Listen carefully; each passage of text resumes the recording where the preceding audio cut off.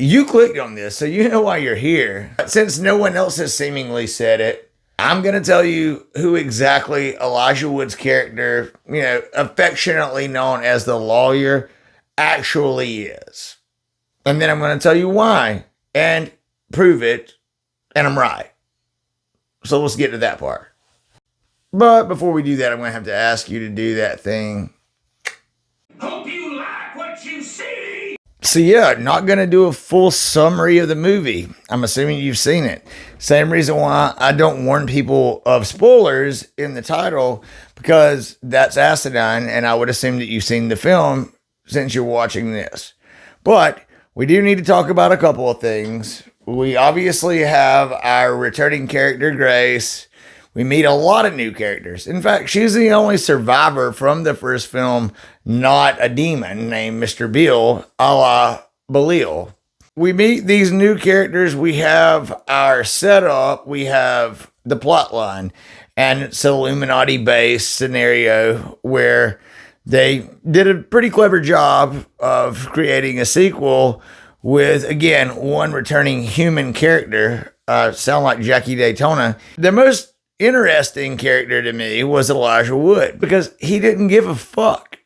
Intentions with this aren't to be dramatic and draw it out, but I am going to tell you a couple of things before I reveal the identity of who is absolutely being portrayed by Elijah Wood. And we'll start with essentially his introduction to the Illuminati families, the 1% of the 1%. And it's not about anything he does or says, it's about how it doesn't matter to him. His indifference. Shortly after the games begin, catches Kip Danforth trying to cheat, sending his cousins the locations of Grace and Faith.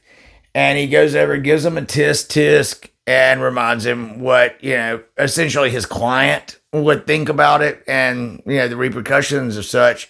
But other scenes throughout, the competition, he takes delight in the fact that people are winning. And what I mean by that is like that they're smart. There's an intelligence respect from him.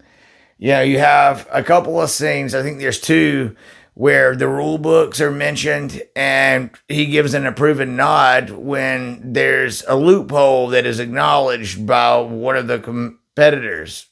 Now, at the same time, he doesn't give a damn who wins. I think it's lost on people because the filmmakers didn't make it seem as if he was a minion or like a disciple of Mr.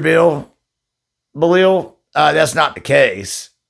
He's just there to be matter of fact. Frodo is at his happiest when people are doing what they're supposed to be doing, which makes sense because that's his job. And he does take a little bit of joy in the fact that they find loopholes and ways to circumvent the rules that they actually read. Like, for example, when Shenzing from the Wan family, expresses that if Grace were to marry her son, then she could live and they could also, assume power.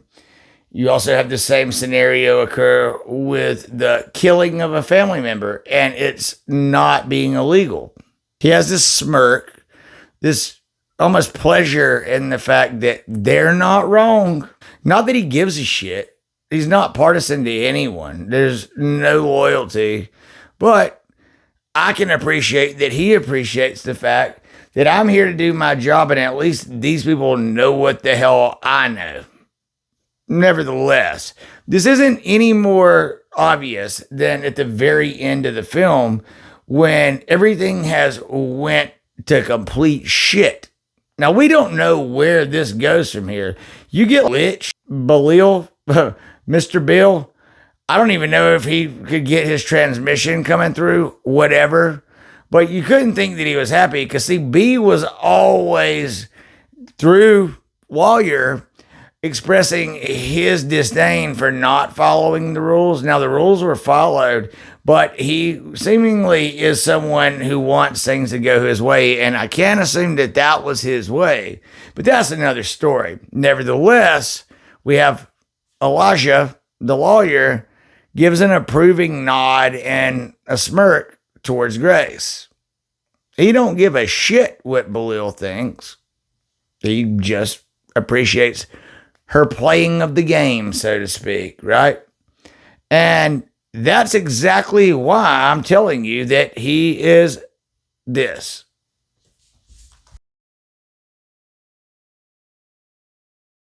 So yeah, that's the fella known as Baphomet, or female known as Baphomet. Nobody fucking knows. She's got titties. That's actually kind of the point. It's a dualistic figure.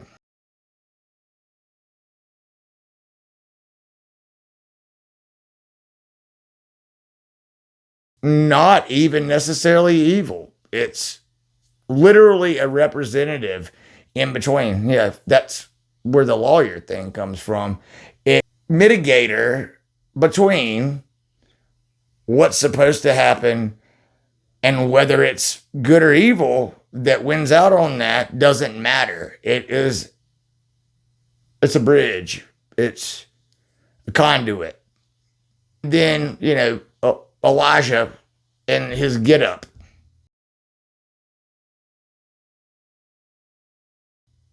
Yeah, so fair enough. Doesn't have to be definitive proof that he's literally wearing a fucking Baphomet helmet. Yeah, everybody thinks because Anton LaVey, Church of Satan founder, uses it as the symbol in the 60s and 70s that it's the devil. It's not the fucking devil. And in fact, Anton LaVey nor the Church of Satan don't believe in Satan. They don't believe in God, Jesus, Moses, Noah.